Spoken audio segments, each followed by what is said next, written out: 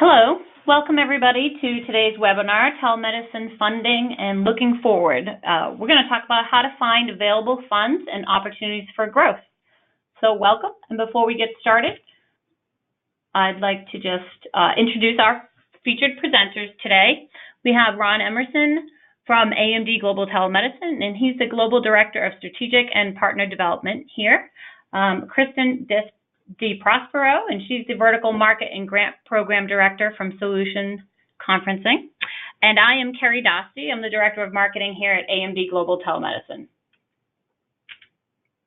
Before we begin, I just wanted to go through how you can ask questions throughout the webinar. We will address the questions at the end, but if things come up as our presenters are going through the information, feel free to type in your question into the question box. You'll see it located on the right-hand side on the panel.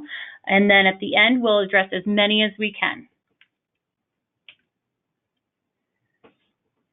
So today, the topics we're going to cover is the different trends that are shaping the future of telehealth and different drivers, things that are making the future of telemedicine, whether it's funding, business drivers, technology, the advancements in licensure and reimbursement, the criteria and technologies appropriate for grant funding, and then a funding outlook for 2019, what you can look forward to, what's coming up, and upcoming grant forecasts for telehealth projects specifically, and then what types of grant support services are available free of charge to you.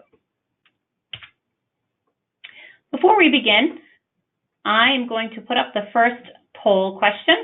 Give me a moment here.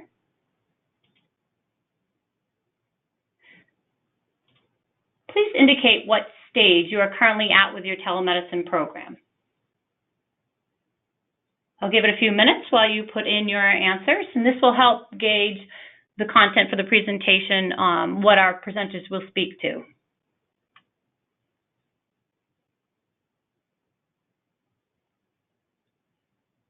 Okay, looks like we're almost there. About 73% of you have voted so far.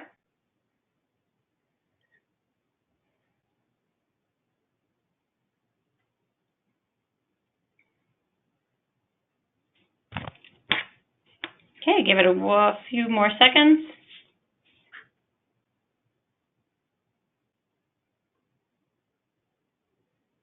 Okay, I'm going to go ahead and close the poll.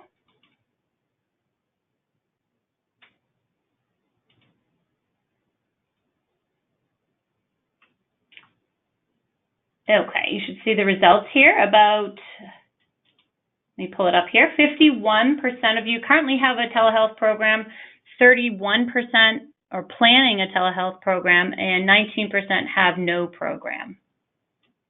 Thank you very much, everybody, for participating. So first, I'm going to introduce Ron Emerson, his presentation. He's going to talk about the trends in reimbursement, what are the different business drivers, patient adoption, and technology. Ron? Thank you very much. Just if I can go to the first screen there, Carrie. First of all, I'll just give a quick introduction, and then while Carrie's switching that over. So I'm glad to have everyone attend today, and thank you for your time. I'm Ron Emerson, as she said, the Global Director of Strategic and Partner Development. What we're going to talk about, my background is I used to run a telehealth network, and I've been involved at various levels in the regulatory and policy end, and also working with organizations for business drivers. So we're going to cover that as well today. I still see the poll, Carrie.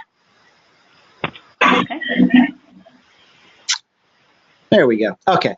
So thank you very much. We're all set. So first of all, before we actually start talking about different ways that telehealth is being used, I think we need to look at the past and how we've actually gotten to where we're at today, and why so many organizations are looking at telehealth and new delivery models for providing healthcare. This is from a McKinsey report. If you look from 1960 to 2010, the cost of healthcare actually increased 5 times of what gross domestic product was.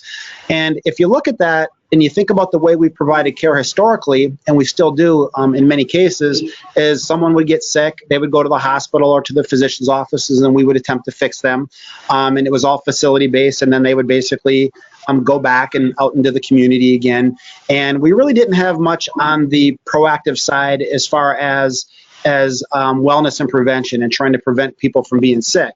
And what's even, just as interesting as we look at the next slide is during that same time, if you look at healthcare productivity from 1990 to 2007, we actually decreased in productivity by 0.8%. But at the same time, we actually increased the number of people working in the healthcare field by 3%. All right. So what this tells us is that the model that we've used in the past of just waiting until people basically get sick and then trying to cure people isn't working, and that's why we're moving more towards quality-based care, which we've all seen, we hear about with accountable care organizations. And as part of that, we need to be able to reach people wherever they're located, right? So what are some of the healthcare and telemedicine trends that we're seeing to help as we move away from just fee-for-service models and we're moving more towards quality-based care? And part of that is through the Accountable Care Act, which we're all very familiar with. It's not just about paying clinicians and hospitals for when an actual encounter or service takes place. It's about that population-based health, quality-based care. And what we need to be able to accomplish that is we need to look at different ways where we have more touch points within the community. If you look at the left, this is from the Department of Labor. If you're 25 to 54 years of age, you spend about 77% of your time in two places. You spend it at work and you spend it at home. And where are the two places historically that you haven't been able to get any health care? At work and at home. So when we look at telehealth, some of the key applications are we're looking at providing what we call diagnostic telemedicine within healthcare organizations. And what that's about is, the whole concept of telehealth is that it's more efficient to move information than it is to move people. So how do we use these valuable resources and clinical specialties that we have in these underserved rural areas, and not always rural areas, but how do we distribute those services? Because we know that there's a correlation between quality of health and access to health care. And that basically is providing telehealth within healthcare organizations that we call diagnostic telemedicine, which I'll show you. It's how do we provide telemedicine to the home? That could be direct-to-consumer solutions where you're on your own mobile device talking to a clinician. We all know about remote patient monitoring where we're helping to, with some chronic conditions like CHF, COPD, where we have high rates of readmissions. And there are Medicare penalties for high readmission rates. We're using that. And now we're seeing more and more organizations moving into the work environment for employee health and self-insured employers, but not just that, but just different insurance companies trying to provide increased access so they can stop the exacerbation of different disease states, and we can catch them early so we don't end up having people in. And what we find is that as the incentives are changing, and that's what I showed in the first two slides, is that we're a very incentive-driven, of course, healthcare system and a private system. As incentives change and reimbursement changes, our delivery models will change, and they have to change as well. Okay. So let's talk about some of those business trends and why are organizations, healthcare organizations invested in telemedicine, all right? So the first thing we all know that, coming up in mid-October, skilled nursing facilities, right? They were going to be under accountable care and quality-based care, value-based care, where if someone is readmitted to the hospital unnecessarily for any condition, there's penalties that go with that.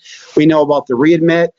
We know about capitated rates where you get a set amount of money and you have to basically take care of that patient for that set amount of money. So to do that, it's not just about the doctor seeing the patient or the hospital getting the revenue from the patient being in there. It's about different delivery models where we can keep these people healthy and provide care as efficiently and cost-effective as possible. So moving to quality-based care under the new capitated rate systems and quality-based systems. Increase market share. I mean, we can't be naive about this. The reality is organizations more and more are going into telemedicine because we're in a private healthcare system and a competitive healthcare system. So how can they utilize telemedicine to basically retain their current patients by making it convenient for them to maybe see a doctor on their phone? Or let's say there's a large hospital or a smaller hospital and they want to reach out to a community healthcare center or a rural hospital or a physician's office. If they have a relationship with that hospital and that patient needs services, where do you think they're going to go? They're going to go to where they already have a relationship with that clinicians within those facilities. And as you know, on average, about 60 to 80% of revenue from hospitals comes from inpatient services. It comes from the CAT scans, the MRIs, labs. It comes from when there's inpatient services are needed. And this is a way to retain and to capture new patients into your system so they don't go to your competitor who might be a mile or 2 miles or 20 miles up the road. And that's one of the real pushes, and we see more of this in a consumer-driven market. Decrease costs, increase efficiencies within a system. I think we all can think of hospital systems that have doctors, they're salaried by the hospital, they drive 2 or 3 hours, they provide a clinic for 2 or 3 hours, and then they drive back 2 or 3 hours. If you're the hospital paying that physician X amount of money per hour for windshield time, as we call it, there's more efficient ways. And it's also much more beneficiary to the rural hospital because they can see more patients, get more of their patients seen, they can do it more frequently, and they can do it more efficiently, and then they can also keep those patients. They don't automatically lose them to the larger system as well. So those are some of the high-level business trends that we see in telehealth. Now, let's talk about types of telemedicine and where is the technology. So it's just been a really exciting time. I've been involved in this for over 20 years in the field of telemedicine, and it's just grown so much, and we see so many advancements. And I feel very confident the technology is really where it needs to be. Really, if you look at telehealth, there's 3 levels, right? One is do patients like it? Study after study that shows that the satisfaction rate for telemedicine is quite high. Usually, most of them are always above 90th percentile, right? So patients like telemedicine. The next thing is clinical efficacy, is how what quality or level of care can we provide? We can provide high-level care. And what we want to do when you look at the left-hand side here of diagnostic telemedicine is we want to have a clinician at any location, in their home, at work, in the hospital, in their office, and then the cart, let's just use it as an example, would be on the patient side. We can connect 40 different medical devices into those telemedicine carts. So we can do the visual components, like look in the ear, look at an eye, retinal ophthalmology. We can look at throats. We can do all those different things, dermoscopes, but we can also do the non-visual things very easily. 12-lead EKGs. It's visual, but a little bit different. We can do ultrasounds, vaginal ultrasounds. We can do abdominal ultrasounds, vascular ultrasounds, colposcopes. So you basically name it, spirometry devices, you name it, we can connect it, and we can use it diagnostic telemedicine. So we want to provide the same level of care as close to possible as if the physician was in the same room with the patient, okay? And I feel very confident when you see the technology, we're almost there and we're very close. They just can't touch the patient and they can't smell the patient, okay? And that's why they have a nurse or somebody with the patient help facilitate the consult. The new model that we're seeing is direct-to-consumer, and this is where basically you're on any device and you can get in a queue, you can schedule, or you can just do it ad hoc, and you can connect in and actually see a clinician when you need, and they can provide a certain level of care, and then if they need to refer you, they would provide that or have you go in. Now, all of this is great. The third part I didn't talk about is we have, do patients like it? Yes. Can we provide quality care? Yes, we can. But the third thing is that everyone here is interested in is return on investment and ROI, right? And I'm excited to have Kristen go to talk about the grant part of it and how, as partners, we can help you with funding. But the first thing is telemedicine reimbursable? Yes, it is. So Medicare, federal program, Medicare reimburses in all states. There are certain criteria. If you would like to discuss this in depth, we can do consultations with you where we can give you an overview, not just on Medicare, but also on Medicaid. Medicaid reimburses in 49 out of the 50 states, but it actually, 38 states of those actually have legislative mandates, which are parity laws, which means they have to reimburse as if the patient was in person, and we can talk about that as well.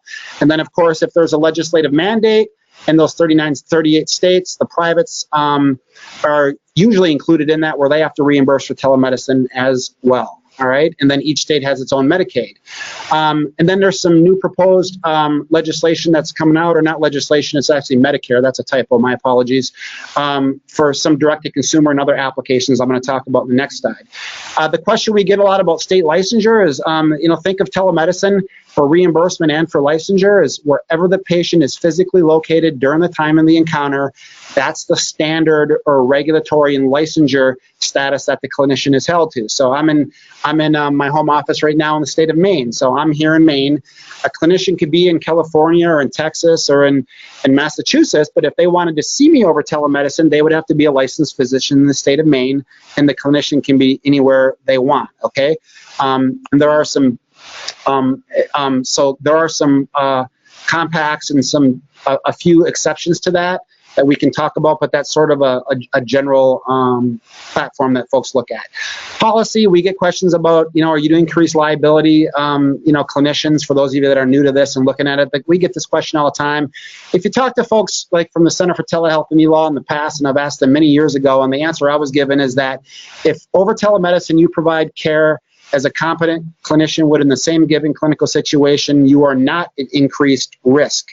But then they do say that, of course, in the court of law, don't put it past that a lawyer wouldn't try to spin it and say because it was done virtually that maybe there was something connected there. So they say if you provide care as you normally would and you're competent, you're okay, but don't think that someone might not try to spin it in the court of law. So those are some of the key points to know. And those are older questions that we don't really get pushed as much as we used to once we explain it to them because telehealth is becoming so popular. What are some of the proposed Medicare regs? So there's two ways that you can get new regulatory legislative. You can go either legislative or you can go policy, right? And at the federal level through Medicare, Medicare actually has proposed new Medicare regs that are going to be determined, we're hoping by mid-December. So now when you see these, I want you to remember these are proposed. And why I'm showing you this is telemedicine is fully reimbursable, but the good thing is we're still seeing some really nice incremental progress in the advancement of telehealth regulatory and policy. So the proposed regs are brief communication technology service-based, so virtual check-in. What this means is that the clinician, the primary care doctor or clinician will get $14 for basically a phone visit, or if they do it over video, a video visit to basically see if the patient needs to come in. So this is a way to reduce unnecessary office visits, but also to help clinicians get paid for services that they're already providing now at no fee. Remote evaluation of pre-recorded patient information. They will create a specific code to describe remote professional evaluation transmitted over video feeds and store and forward technology. That's another one that's proposed. And then interprofessional internet consultation. And these codes would cover interpersonal consultation between clinicians over telephone and internet. So these will hopefully be determined. Like I say, it's more of a policy thing. Hopefully we'll find out what the determination is on these fairly soon by mid-December. Now, saying that, I think the real reason most of you here is to learn about telehealth funding. So I'm proud to introduce Kristen DeProspero. As Carrie said, Kristen is the Vertical Market and Grant Program Director for Solutions Conferencing. I've known Kristen for over 20 years. She's very competent, and we're excited to have them as partners in the organization. And she's going to talk about funding drivers, forecast, and the support services that they and we can help to provide in this area. So, Kristen, go ahead and take it away. Woo! That was a lot of information. Thanks, Ron. I think we're going to first take a poll, right, Carrie? Yeah. Yep. Before we get started with your presentation, I'm going to go ahead and launch the next poll. How familiar are you with grants? So take a few minutes. Everybody, please put in your answers.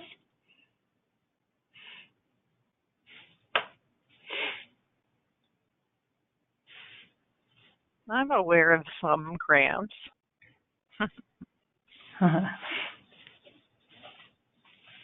This one's going a little bit faster than the last one. We're already up to 80% have voted, so just give it a little bit longer. Okay. It's good to see the mix. Yeah. All right, I'm going to go ahead and close it, and we'll display the results. Okay, so we have 25% of you say we use grants all the time, 44% I'm aware of some grants, and 31% have never used grants before. Okay. So that actually is a very interesting mix. It's perfect. And it is interesting because most of us in the healthcare market, and by the way, Ron talks really fast. He had a lot of information. I'm going to go a little slower, and then I'm going to speed up when I get excited about something. But there is a lot to talk about. But a lot of funding is really what's driving a lot of healthcare organizations today. They live, eat, and breathe on these grants and funding sources. So we'll get into some of those details as we go. So let me see. I'm going to be making sure that we change the slide. Okay, so we're on funding drivers, and I have control, Carrie. Yes, you should be good to go. Okay. Okay, so thanks, Ron. We have known each other for a long time, and we've enjoyed working with each other, but I'm really excited about this webinar today.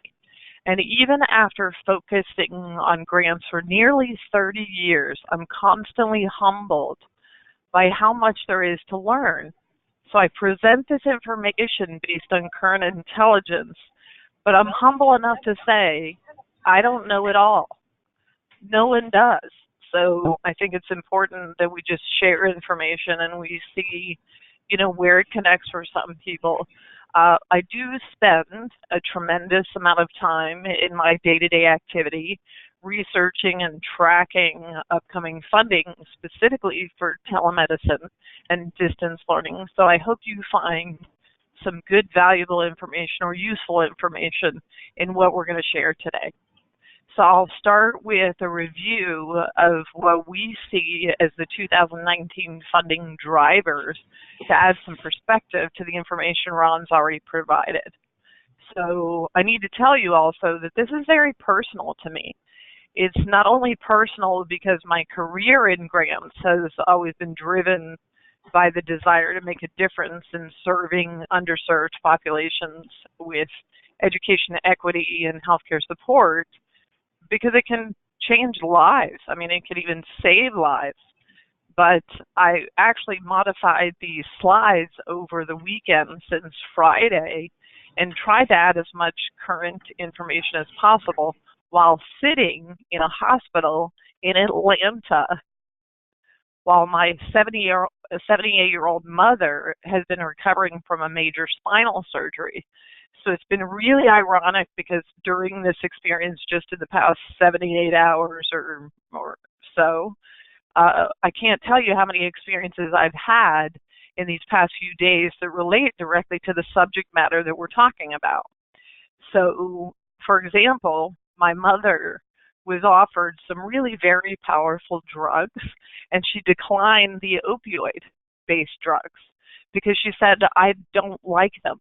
I think she has a perception that if you take it, or there's all this press about addiction, that she would be addicted. So she was really resisting and declining.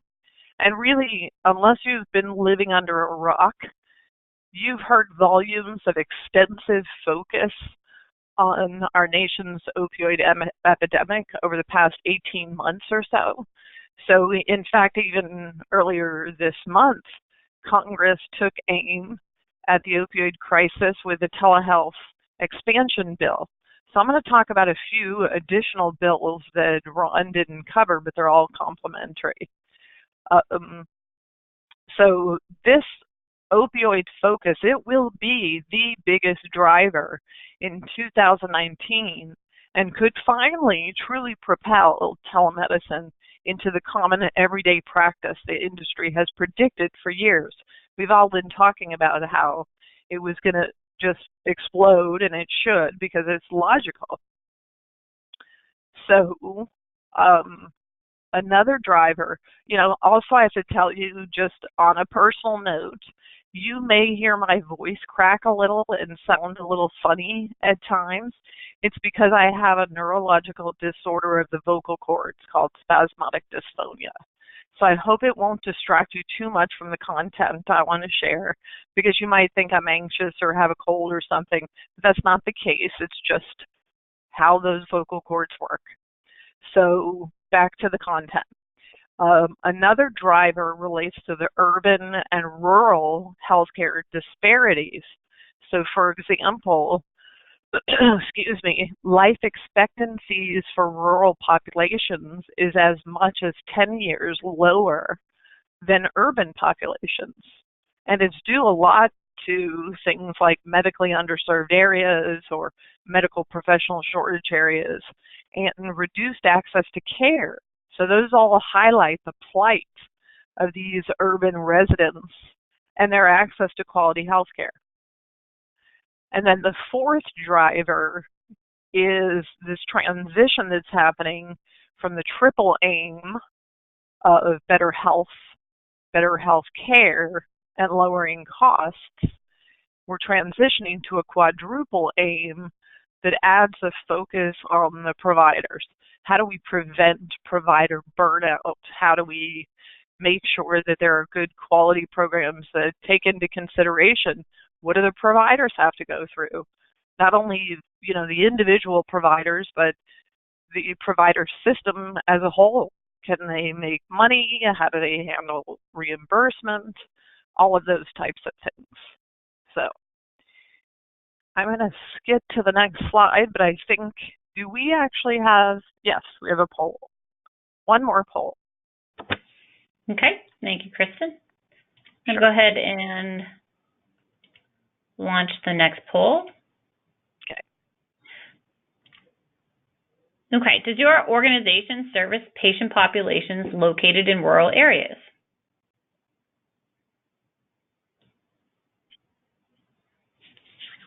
Easy question. Yeah. Yes. No. Go a little faster than the last one. Right.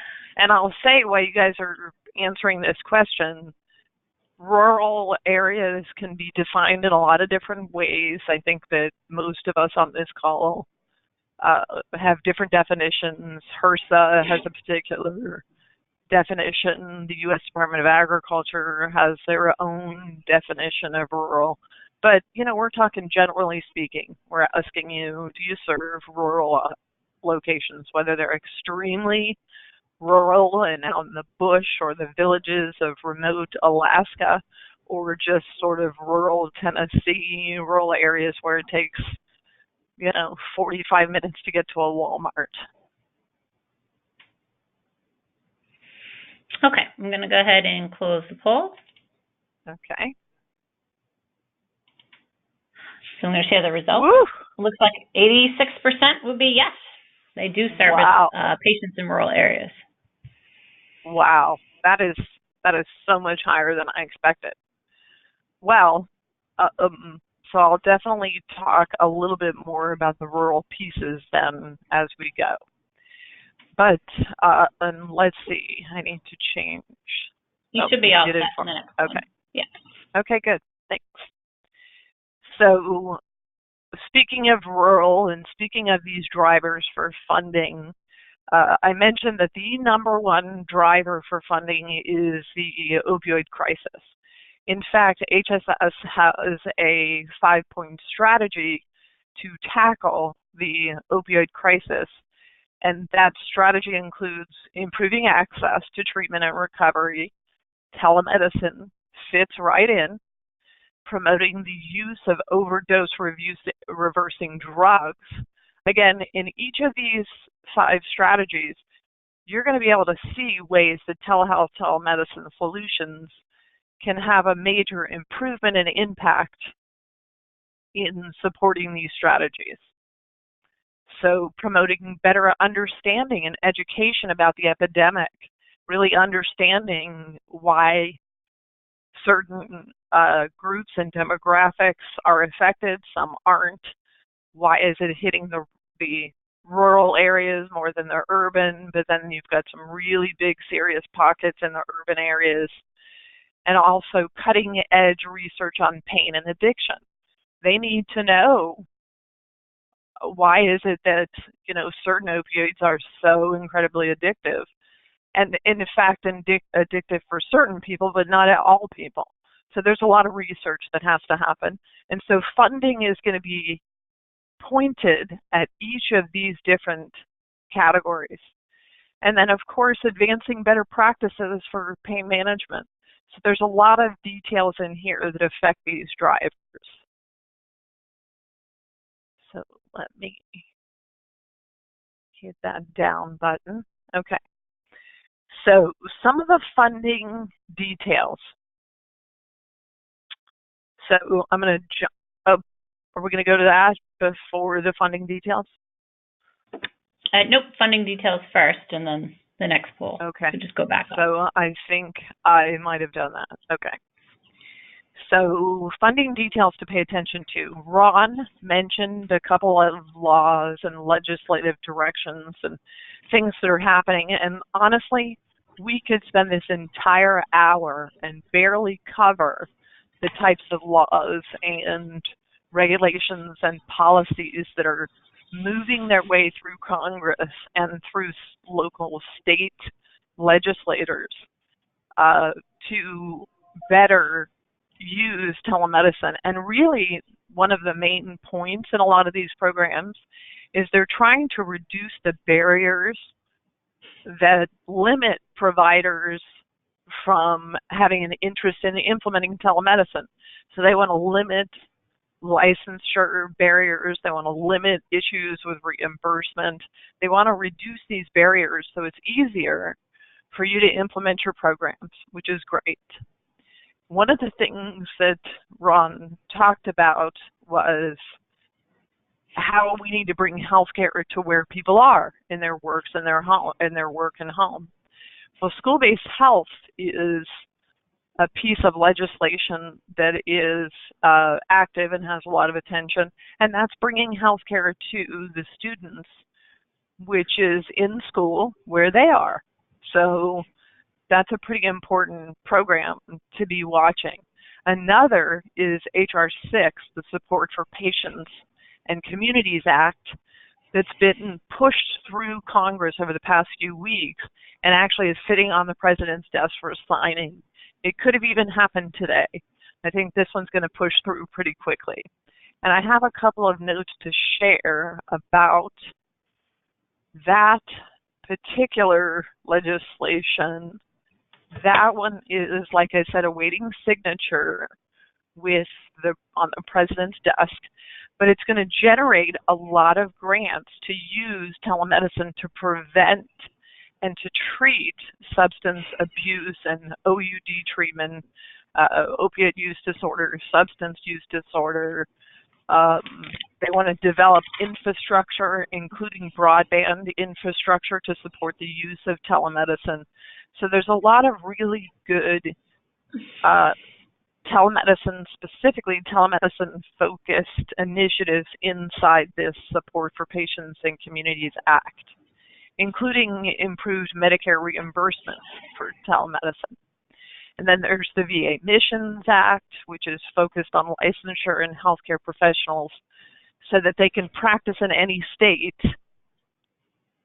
location using telemedicine. So let's talk a little bit more about the funding opportunities. First of all, they're going to come from every source imaginable. You're going to have federal funds, state funds, local foundation funds. They're all over the place. And I'm not kidding when I say there are thousands of funding sources. And these programs, these funding programs and funders, they're interested in solving problems. And so they know that problems don't just mean, hey, let's put some equipment in. They know that problems need to be solved to include equipment, salaries, network, all sorts of things. So they don't pay for equipment per se, they pay for a solution to a problem. And if that means that we need to invest in research or scholarships for nursing students so we can decrease that professional shortage areas issues, if we need to put it in personnel costs, then these programs will do that. So my point is that in any particular funding source, and they all have their own idiosyncrasies and their own priorities and areas of focus. One program may focus on equipment while another only focuses on helping you get broadband and technology. So you have to look into the details about what it is you need and if that funding source is going to be a good one for you. And then, of course, the eligible applicants. That's going to range based on each funding source. So if it's the U.S. Department of Agriculture grant, that's eligible to everybody that's listed here. But if it's a Department of Labor grant or it's a HRSA grant, that may be limited to institutions of higher ed. So you have to look deeply at who, what the intent is for who the grant funder wants to focus on. So next slide. Let's see, did I do it? Okay, one last poll question. Hope you guys are having fun with the polls. Okay, one more, here we go. So do you depend on grant funds for your telemedicine program? Drop down menu, yes, no, sometimes, I don't even know. And this just means, are you dependent? Do you have enough funding on your own, or do you need to depend on various grants to implement your program?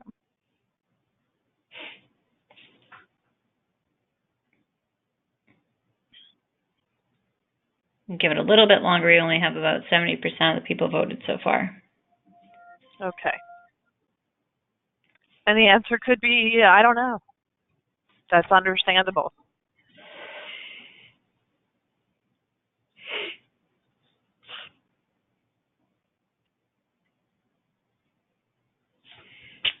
Okay, I'm going to go ahead and close it. Okay. And share the results. So okay. 29% said yes, 34% said no, 26% sometimes, and 12% I don't know. Okay, that's a perfect mix. A little bit of everything. Okay, so I'm going to move to the next slide. Let me give it a second. Go ahead. It didn't seem to, let me try it again. There you go. Okay. There you go. Okay. So let's get into the nitty-gritty. Let's get into some of the funding. So first, let me tell you that my hope in presenting this information today is to spark the discussion and share information about these opportunities to meet the needs that we've been talking about. But this is a very short list. I've been talking about thousands of programs, but this is a short list of dozens and dozens that are available. I've simply highlighted these because they specify interest in funding telehealth or telemedicine in their program priorities. So they're going to cover costs, different kinds of categories of expenditures associated with deploying telemedicine. And so, like we talked before, your project is probably very multifaceted and is going to require funds for a number of different budget items, including equipment, software, training, personnel, network, and broadband services. So we could go on and on about the different details in your budget and what you need this capital for. But just know that each program has their own idiosyncrasies, and all grants are just not created equal. For example, some are going to pay only for technology and hardware, like the U.S. Department of Agriculture, the RUS DLT, or Distance Learning and Telemedicine grant. We'll talk a little bit about that. But some will focus funds on personnel and operating costs, but will not cover equipment. Some will subsidize broadband and network access, but won't pay for any equipment.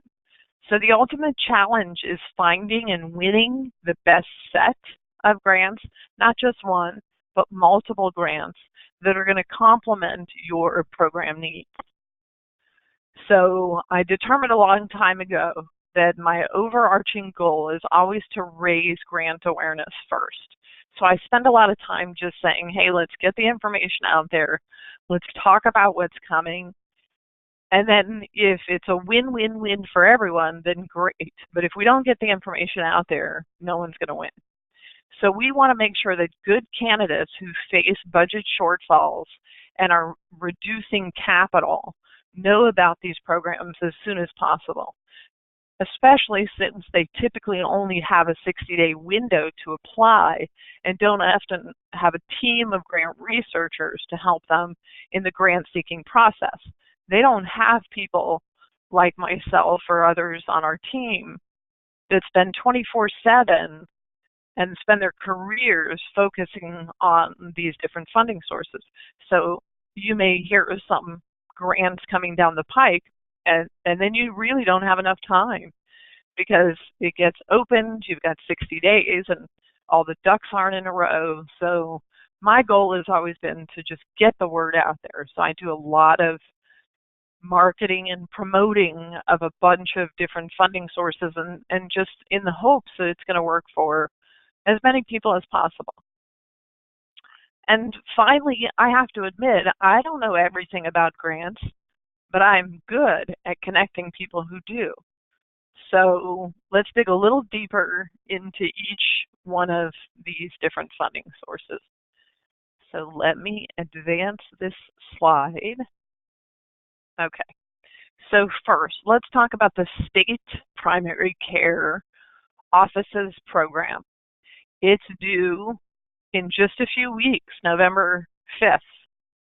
And this is more of a formula grant because it's being released to the state level in a formula. You know, each state gets so much money, but then the state may be holding competitive applications to drill that money down into the states. So the state agency is the one who's responsible and would handle all sub-recipients and make decisions about the applications. So a little more about this grant. The purpose of this program is to facilitate and coordinate activities within the state and territory to assess the need for primary care services and providers, and to promote the recruitment and retention of these healthcare providers to fulfill identified needs and reduce shortages of healthcare providers. We've talked about that. There's a ton of medically underserved professional medical shortages, medical professional shortage areas, tons of that. So it's a really big problem. We have fewer and fewer healthcare professionals that are able to help, in particular in all of those rural areas. So you end up not having access to the specialists or even the primary care physicians that we all need just to maintain good health and address the occasional issue or even a chronic, acute, or critical issue. So the program's objectives, this one, is to include, and it requires including other states. It can include other states and territories, even outside of the state, who want to organize policies that are going to affect healthcare. But they also have an overarching focus on statewide primary care needs assessment, which is why they want to review telehealth use and demand in this program. So they're going to review and do research on what's going on in the particular states with these awards. And then there's the technical assistance and collaboration portion of this grant. And when we hear technical assistance and collaboration, again, they're requiring various partners and entities to work together to define the best practices, and that requires collaboration. And that collaboration can come in the form of the use of these video conferencing tools, those carts that Ron showed earlier, various software tools, as well as the actual telemedicine peripheral devices, so that they can really look at how does this work?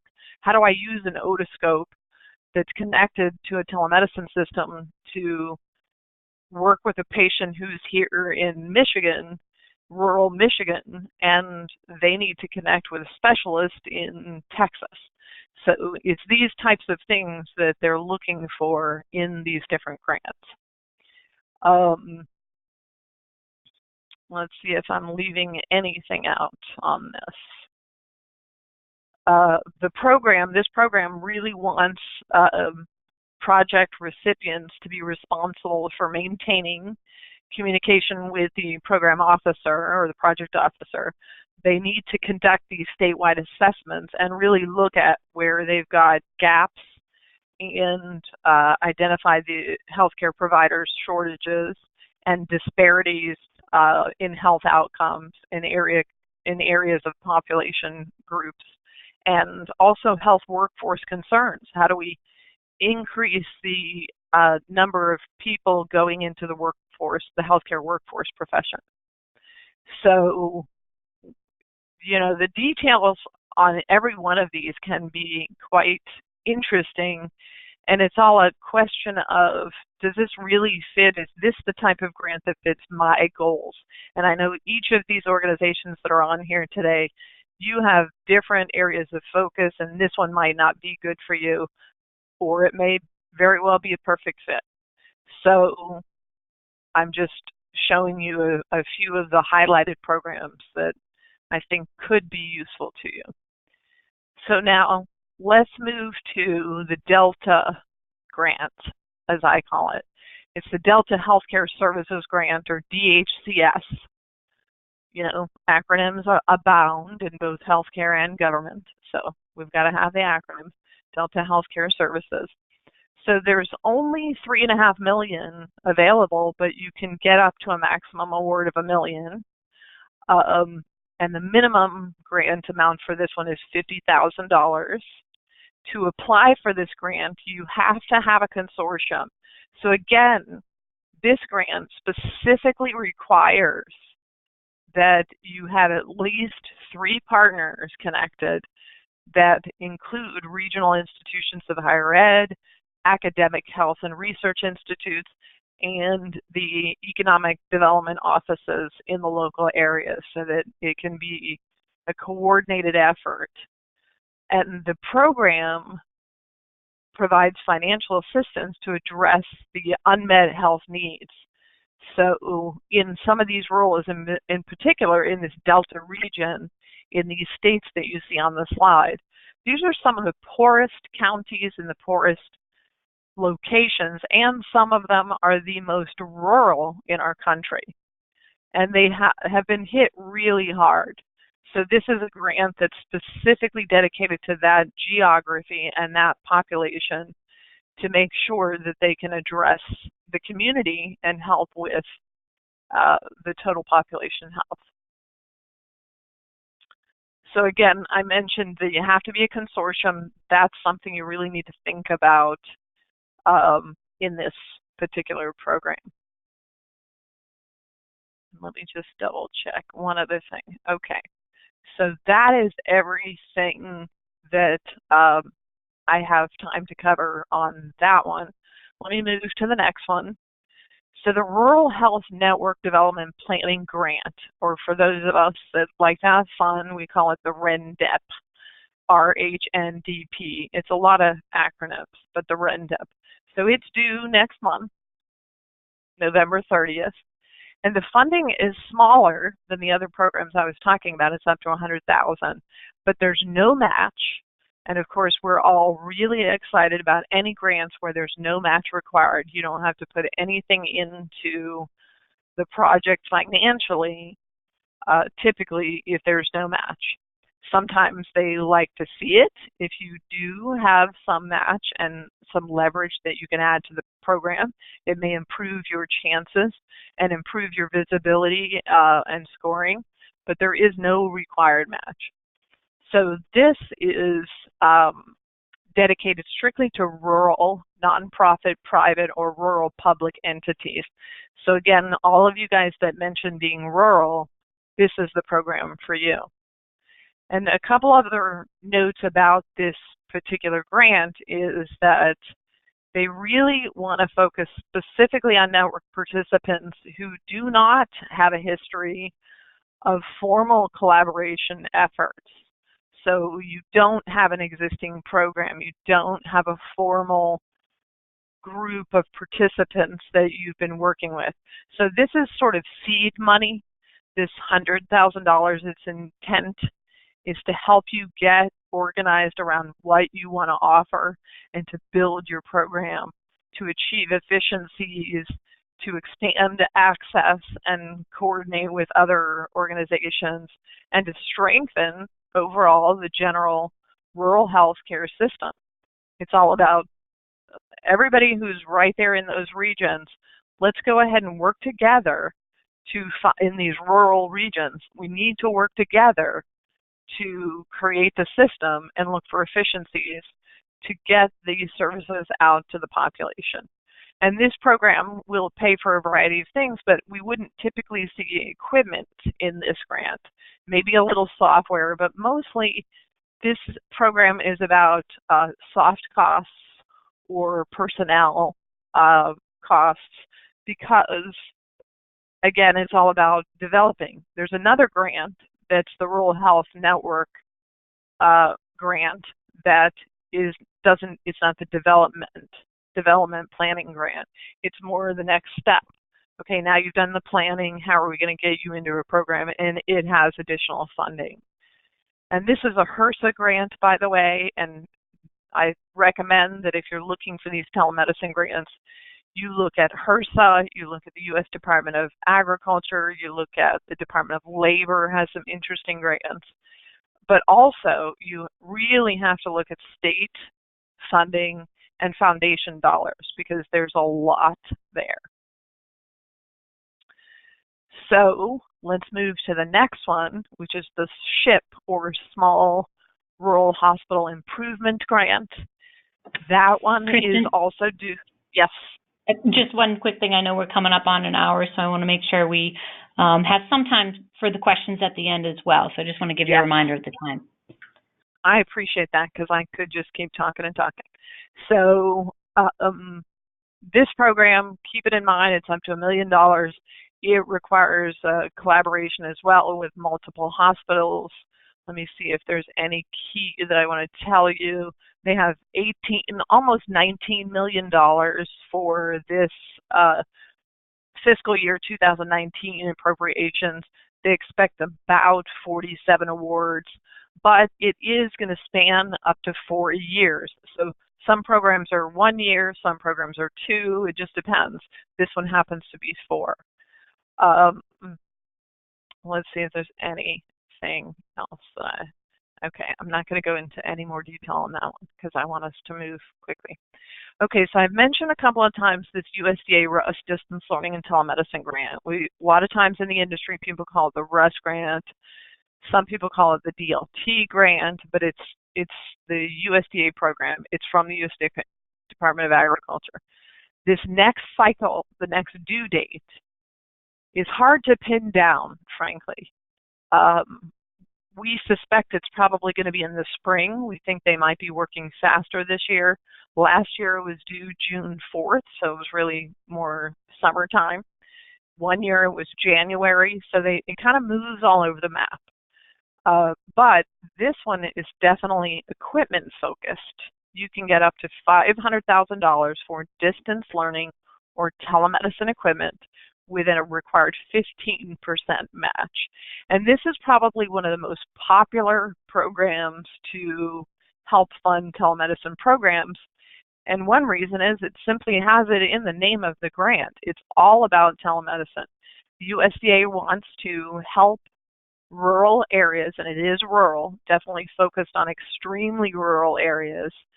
They want to help get equity and access out to these areas for education and healthcare, because they just don't have it. They don't have those resources, and they offer this grant to help them get there. Okay, so there's another grant that's been rumored to be coming out very soon called the USDA RUS Opioid Grant, but we don't have as much information about this one. I just want to put it on your radar. Keep looking and watching for information. It looks like it's going to be fast-tracked. They want to address OUD and SUD issues, opioid use disorders, substance use disorders. They're going to encourage the use of advanced technologies like telemedicine. And we are kind of expecting, this isn't, this is sort of just a projection. We're expecting that this to be released before the end of the year. But it's the government, so it's hard to say if that's going to happen. Okay, so now moving on. So I've talked about just a few highlighted programs. There are so many more. Here's just a quick list. Rural Healthcare Program, the Telehealth Resource Center grant, the community facilities programs. You can read the list. We're going to make sure you have access to this PowerPoint as well so you can look at it and find what you need. And so last, we're going to open this up for questions, right, Carrie? Yes, thank you, Kristen and Ron, for an excellent presentation and, of course, so much detail. So just as a reminder for those of you who have questions, there's a panel on the right-hand side. There should be a question box where you can type in your questions. And I will start going through them. We actually, it looks like we have quite a few, so let me just give me a moment to bring them up here. And we want to save at least 1 minute for the next steps. So let's take 4 minutes. Yes, good point.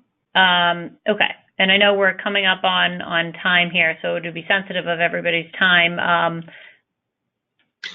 why don't we show next steps real quick, and then we'll do questions so they know what the next steps are to contact. Sure. Okay. And I'll go through that really quick. So how can we help?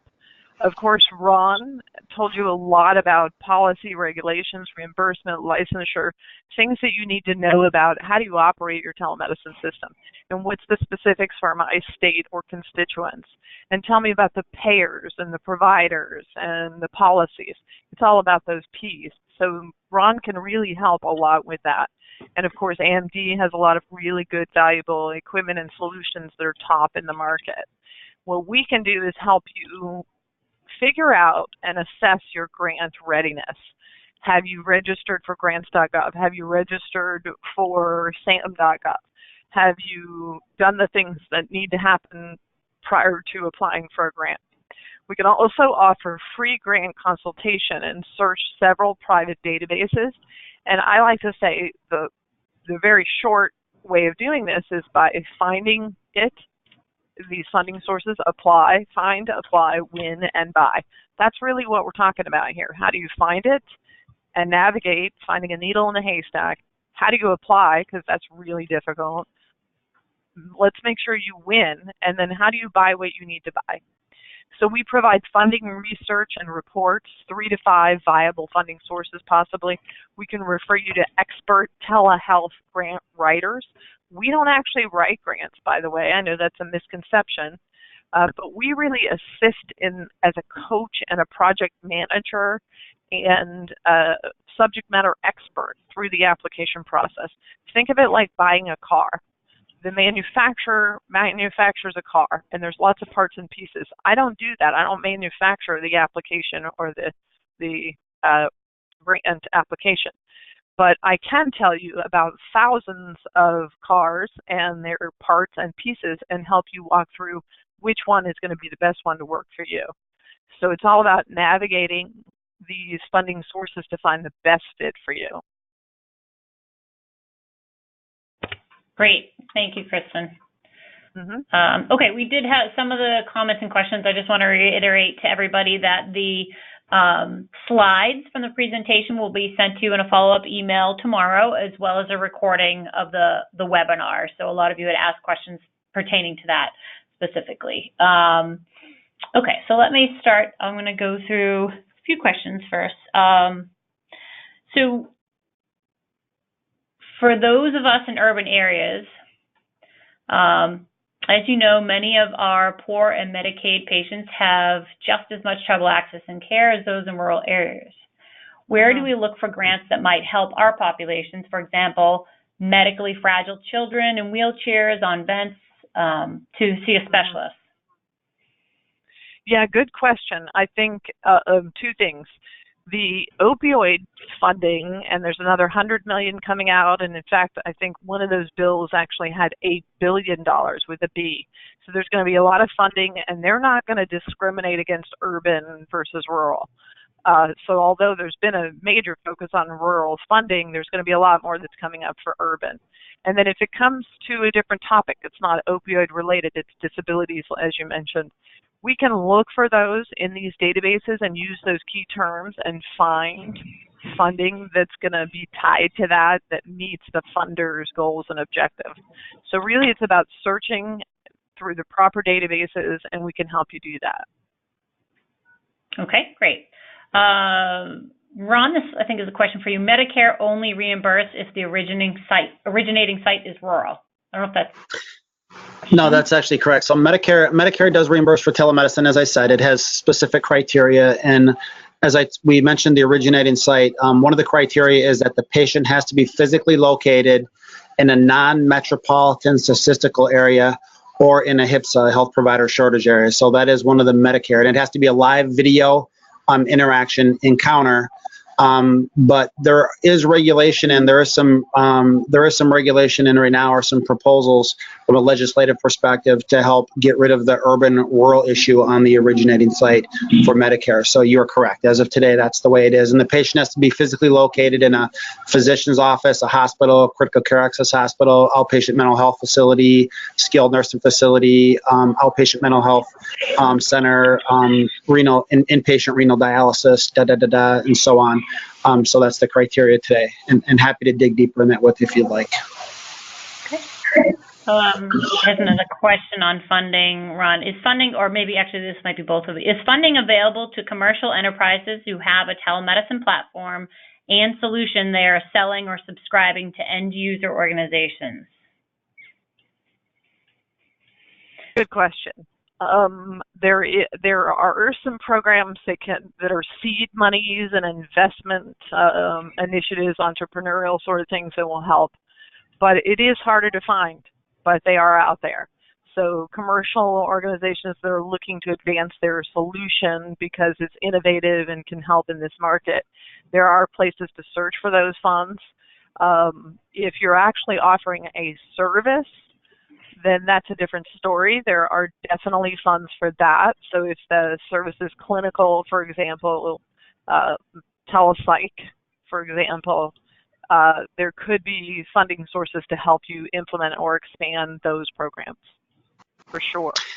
Yeah, and just to add on that, I've actually seen where some organizations are developing some very entrepreneurial, creative telehealth solutions, but they're working with large medical centers. And they're applying like for NIH grants, those type of things. So there are some opportunities that way where there's a partnership between the private sector and nonprofit organizations for new delivery models. So that's a different angle you can take as well. Okay. Here's another question. Are nursing homes reimbursed for telehealth? This is Ron.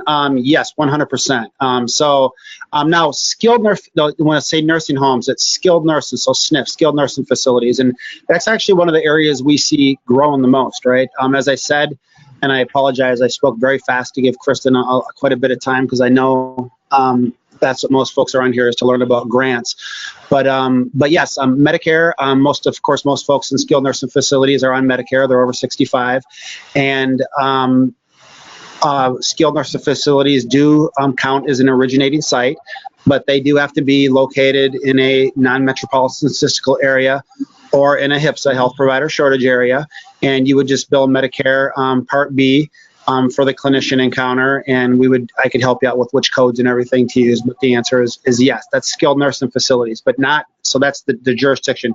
It can't be long-term care, it cannot be assisted living, those areas are not currently reimbursed. But when you look at this, what we're finding is because of what's happened in October with the readmission rates, it's not really feasible to, it's not just about the reimbursement, but it's about the money that skilled nursing facilities are saving. And the reason I say that is, it's about $400 every day that if a patient's in the hospital and they're not in your facility, it's about $400 a day of revenue that you're losing for an empty bed, and you can't basically, of course, fill that bed. So there's that side of it, there's the ambulance, and then there's the reimburse. So there's multiple drivers of why we see a lot of skilled nursing facilities utilizing telehealth. Long answer, but thank you. Okay. Here's an interesting one. It says, I am a startup LLC, and a lot of state and foundation grants require the 501c3 nonprofit status. Any recommendations or guidance for this?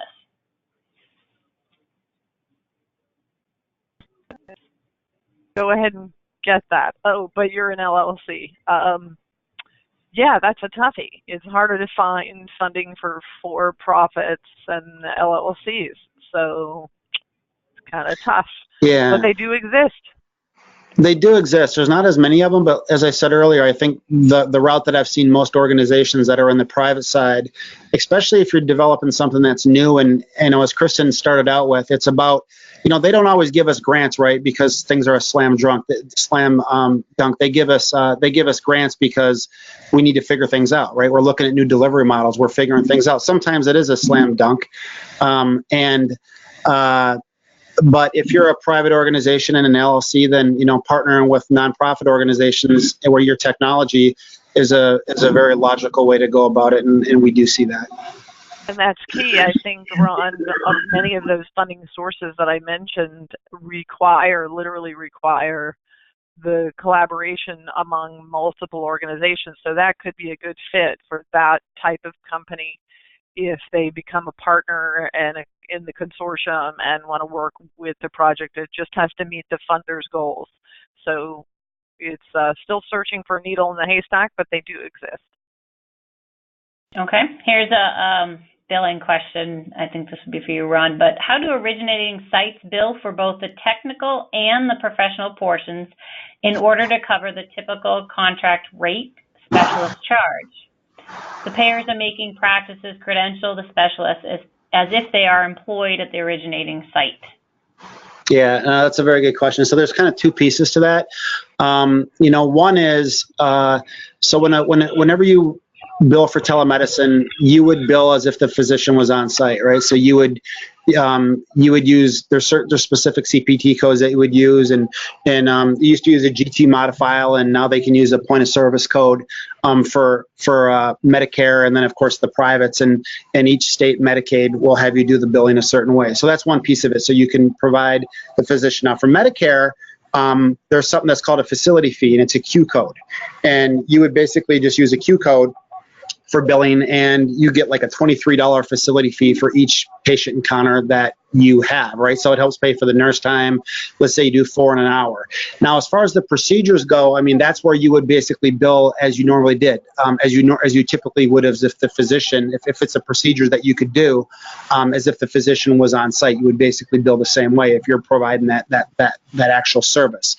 Now, one of the issues that we are starting to see that it can be a little bit of an issue that we're bumping into is that what if you're contracting services, let's say you're a small rural health center and you're contracting services, apologize, my phone's ringing, and you're contracting services with an outside agency or a provider. And let's say they say, okay, so we'll charge you $200 an hour for our specialty services to you, all right?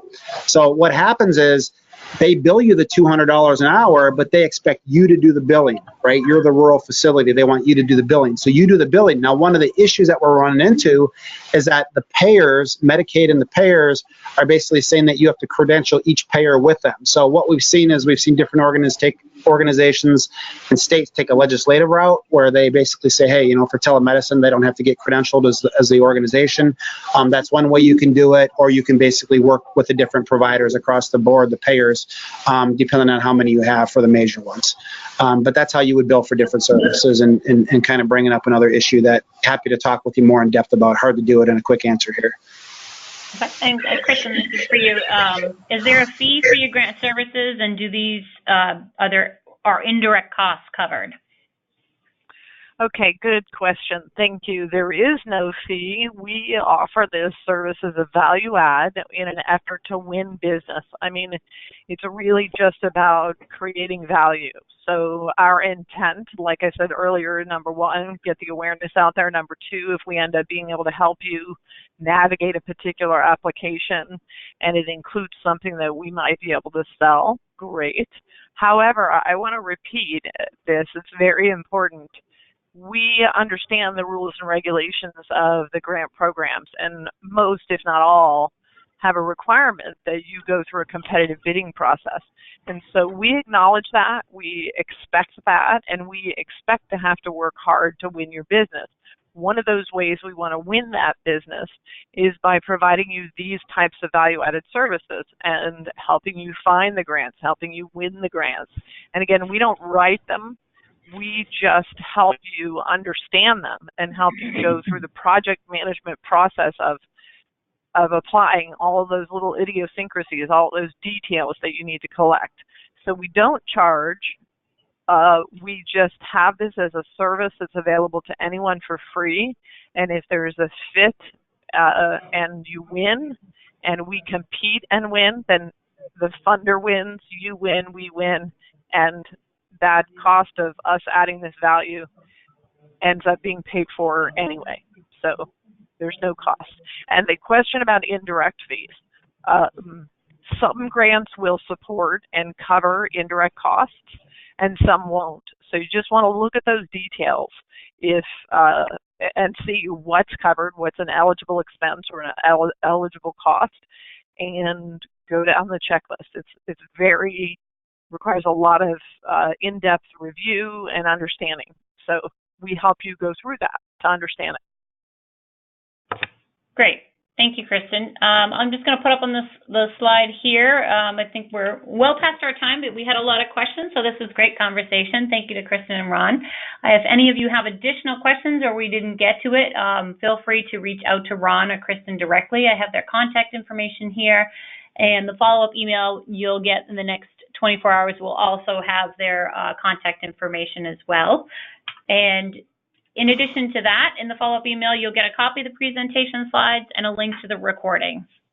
So thank you very much, everybody, for your time, and have a great day. Thank you, everyone. Thanks, have Ron a great day. Thank you, Kristen. Thank you, folks. Bye-bye. Happy Tuesday.